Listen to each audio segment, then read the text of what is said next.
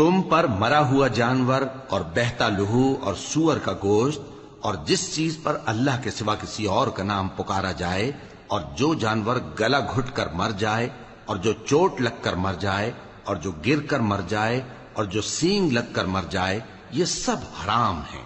اور وہ جانور بھی جس کو درندے پھاڑ کھائیں مگر جس کو تم مرنے سے پہلے ذبح کر لو، اور وہ جانور بھی جو غیر اللہ کے آستانے پر ذبح کیا جائے، اور یہ بھی کہ پانسوں سے قسمت معلوم کرو، یہ سب گناہ کے کام ہیں۔ آج کافر تمہارے دین سے نا امید ہو گئے ہیں تو ان سے مت ڈرو اور مجھی سے ڈرتے رہو۔